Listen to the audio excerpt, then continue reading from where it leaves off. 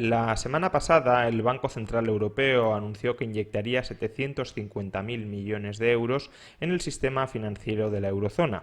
Algunos han interpretado esta política, esta flexibilización cuantitativa reforzada, como un rescate encubierto a la banca, y desde luego puede que algo de esto haya. Pero sobre todo, ante lo que estamos, y eso es lo que menos ha trascendido a los medios de comunicación, es ante un rescate hacia el sur de Europa, un rescate encubierto hacia países como España y como Italia, que están extraordinariamente endeudados. Vayamos por partes. Europa, Occidente en general, se encuentra en medio de una brutal crisis económica derivada de la crisis sanitaria generada por la epidemia, por la pandemia del coronavirus. Ante esta muy grave situación, los gobiernos europeos han anunciado diversos planes para reflotar la economía. En este canal ya hemos tenido ocasión de criticar, por ejemplo, el plan del gobierno español y de proponer alternativas, pero lo cierto es que, buenos o malos, están lanzando esos planes de rescate, de reflotamiento de la economía.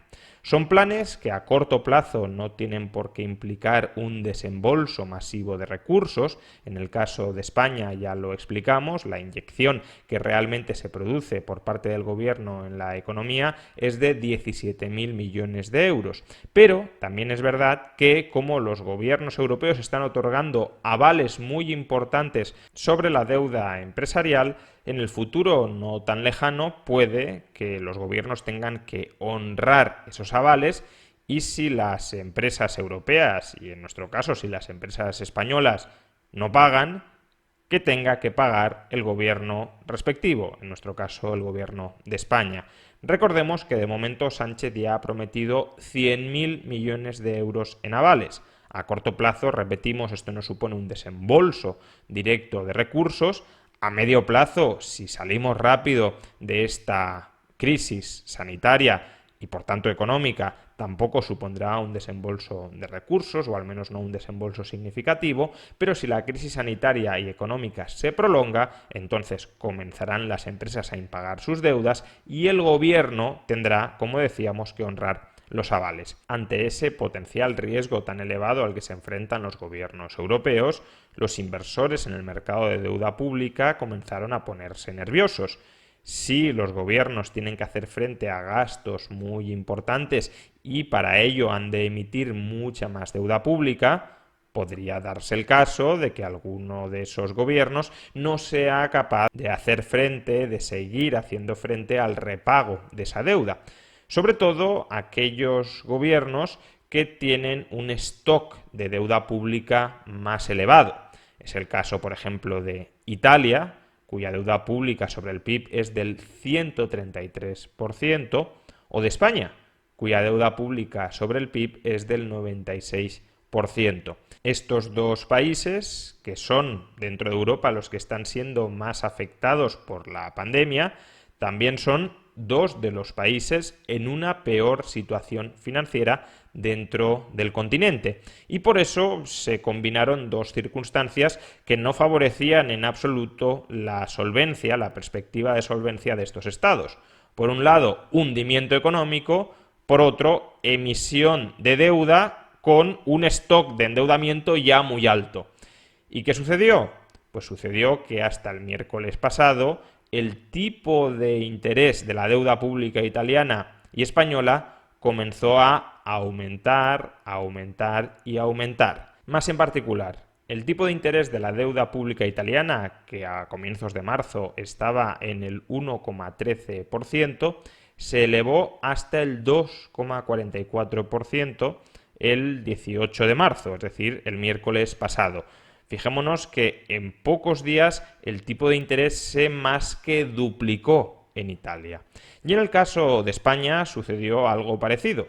El tipo de interés de la deuda pública española a 10 años, que estaba en el 0,29% a comienzos de marzo, se elevó hasta el 1,24% el 18 de marzo, es decir, que se multiplicó por 4. Evidentemente, unos tipos de interés del 1,3%, del 2,5% por la deuda a 10 años siguen siendo unos tipos de interés bastante bajos, pero lo preocupante no era tanto el nivel que ya habían alcanzado, sino la trayectoria total y verticalmente ascendente que estaban mostrando esos tipos de interés. Básicamente, los inversores cada vez confiaban menos en España y en Italia, y no había perspectiva de que esto cambiara, al contrario, había perspectiva de que siguiera empeorando, y estos países, mientras los inversores confiaban menos en ellos, tenían mayor necesidad de emitir deuda.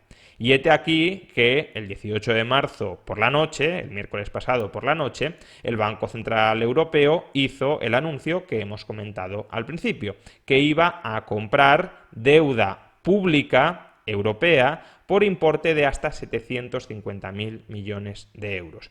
Este anuncio lo que en última instancia significa es que el Banco Central Europeo va a dar euros a cambio de cualquier título de deuda pública emitido por gobiernos de la eurozona, con independencia de la solvencia de los gobiernos que lo emitan. Por tanto, un banco privado que compre deuda pública italiana puede transformarla posteriormente en euros contantes y sonantes a través del Banco Central Europeo, y con independencia de si el gobierno italiano es muy solvente o muy poco solvente. La deuda pública italiana o española pasan a ser activos inmediatamente convertibles en euros, en reservas de euros, gracias al programa habilitado por el Banco Central Europeo. La consecuencia de ello, claro está, es que la demanda privada por deuda pública italiana o por deuda pública española se vuelve a incrementar, con independencia de si la solvencia de estos países ha mejorado o no, y por tanto sus tipos de interés vuelven a caer. Podemos observar en los gráficos cómo claramente el día 18 se marca un pico en el encarecimiento de la deuda pública española e italiana, y a partir del 18 los tipos de interés, el coste financiero de esta deuda se vuelve a desplomar debido a la intervención del Banco Central Europeo. Pero ¿por qué el Banco Central Europeo tuvo que hacer esto? ¿Por qué tenemos tanta dependencia de que una institución como es el BCE apruebe nuevos programas para adquirir nuestros pasivos, nuestra deuda pública? Pues esencialmente por lo que os decía, España e Italia tienen stocks de deuda pública muy altos. Durante los últimos 10 años no han hecho prácticamente ningún esfuerzo por reducir ese endeudamiento público. Al contrario, durante la primera parte de esta década incluso siguieron incrementando esos pasivos. Por tanto, son gobiernos que a poco que vengan mal dadas y necesiten endeudarse, caen rápidamente en el descrédito de la insolvencia. Nadie confía en ellos porque ya cargan con un volumen de pasivos muy alto y porque además no han mostrado ninguna actitud en el pasado por tratar de reducirlo rápidamente cuando vuelven los buenos tiempos. Y en ese contexto, si el gobierno de España y el gobierno de Italia no son lo suficientemente creíbles, confiables, solventes como para colocar su deuda en la comunidad inversora, lo único que queda es que venga el primo de Zumosol. ¿Y quién es el primo de Zumosol en esta historia? Uno podría pensar que es el Banco Central Europeo. El Banco Central Europeo nos compra la deuda y por tanto consigue rebajar su coste. Pero imaginemos que España e Italia no están en la zona euro. Imaginemos que España e Italia siguen con las pesetas y siguen con las liras, y que además cada uno de ellos tiene su propio banco central. E imaginemos que están estos dos países igualmente endeudados como lo están en la actualidad. Y para intentar rebajar el coste de su deuda, lo que hace el Banco de España o el Banco de Italia es lo que acaba de anunciar que piensa hacer el Banco Central Europeo. Es decir, el Banco de España anuncia que comprará deuda pública española a cambio de pesetas, y el Banco de Italia anuncia que comprará deuda pública italiana a cambio de liras. ¿Cuál creemos que sería el resultado de esta política?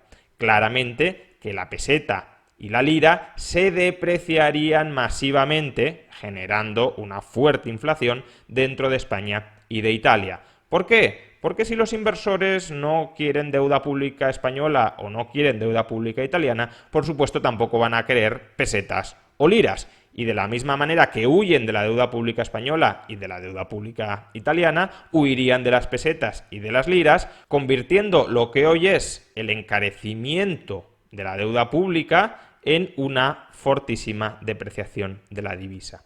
¿Por qué esto no pasa entonces con el euro? ¿Por qué el Banco Central Europeo sí puede hacer aquello que el Banco de España o el Banco de Italia no podrían hacer por su cuenta? Pues en esencia porque está Alemania detrás.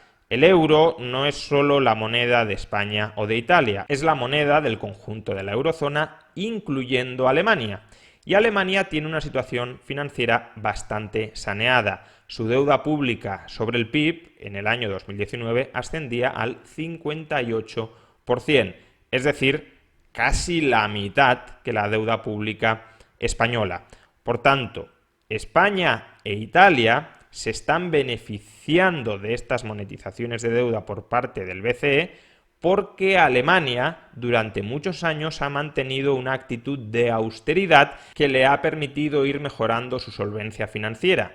Es esta abundante solvencia financiera de Alemania la que hoy nos permite a los españoles y a los italianos, a los estados español e italiano, financiarnos en condiciones mucho más baratas de las que podríamos financiarnos si estuviéramos fuera de la zona del euro y con las actuales finanzas públicas desordenadas. En el fondo, y si lo queremos ver así, es como si el Banco Central Europeo estuviera creando unos eurobonos por la puerta de atrás. Intercambia deuda pública mala de España o de Italia por una especie de deuda pública buena de la eurozona, como son las monedas de euro. Monedas de euro que tienen detrás el respaldo de Alemania y también de otros países menores, pero igualmente solventes, como Holanda, Austria o Finlandia.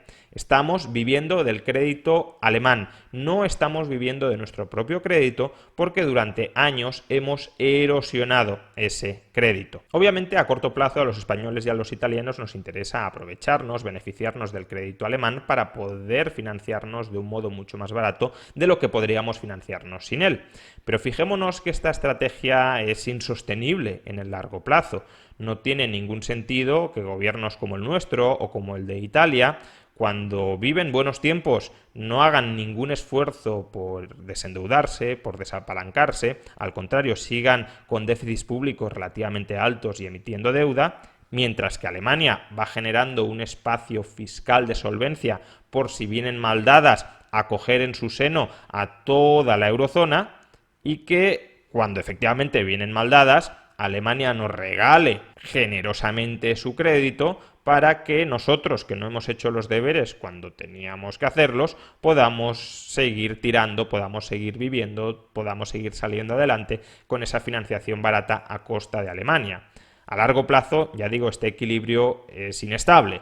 O bien vamos a una ruptura de la zona del euro, porque Alemania no querrá hacerse cargo de nuestra indisciplina fiscal, o bien vamos a una unificación política y fiscal de la eurozona, una unificación política y fiscal donde seremos gobernados especialmente por quien pone el dinero, es decir, por Alemania. Será una especie de intervención de la troika permanente sobre las finanzas españolas e italianas, porque si ellos ponen el dinero, evidentemente querrán tener poder de decisión sobre cómo nosotros utilizamos ese dinero. Personalmente creo que la opción que sería muy preferible a cualquiera de estas dos, a la ruptura del euro o a la unión político-fiscal con servidumbre, sometimiento a Alemania, sería que pusiéramos en orden nuestras propias finanzas, que pudiésemos convivir con otros países compartiendo su moneda, al mismo tiempo que no intentamos parasitar su crédito, porque nosotros somos lo suficientemente solventes como para salir al mercado y financiarnos sin necesitar la ayuda de otros. Pero para esto deberíamos haber empezado desde hace años a reducir nuestro endeudamiento público. Pero tanto el gobierno de Zapatero como el gobierno de Rajoy, como ahora el gobierno de Sánchez, lo único que han sabido ha sido o endeudarnos masivamente o mantener ese endeudamiento público en unos niveles extraordinariamente altos y extraordinariamente insostenibles cuando vienen mal dadas. Lo acabamos de comprobar ahora. Sin el espaldarazo alemán, España no habría podido salir adelante en medio de esta crisis sanitaria que se ha convertido en una crisis económica y que también, insisto, sin el espaldarazo alemán a través del Banco Central Europeo, se habría convertido en una crisis de deuda pública.